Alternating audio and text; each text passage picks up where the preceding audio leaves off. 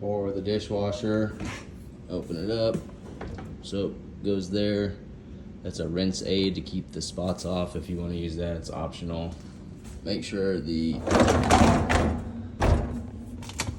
drain is not clogged. Sometimes you have to clean that out, and this just pops up.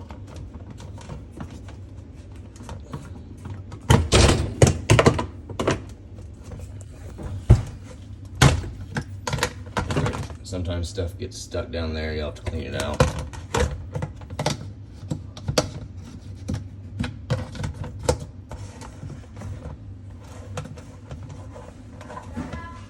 Hold on.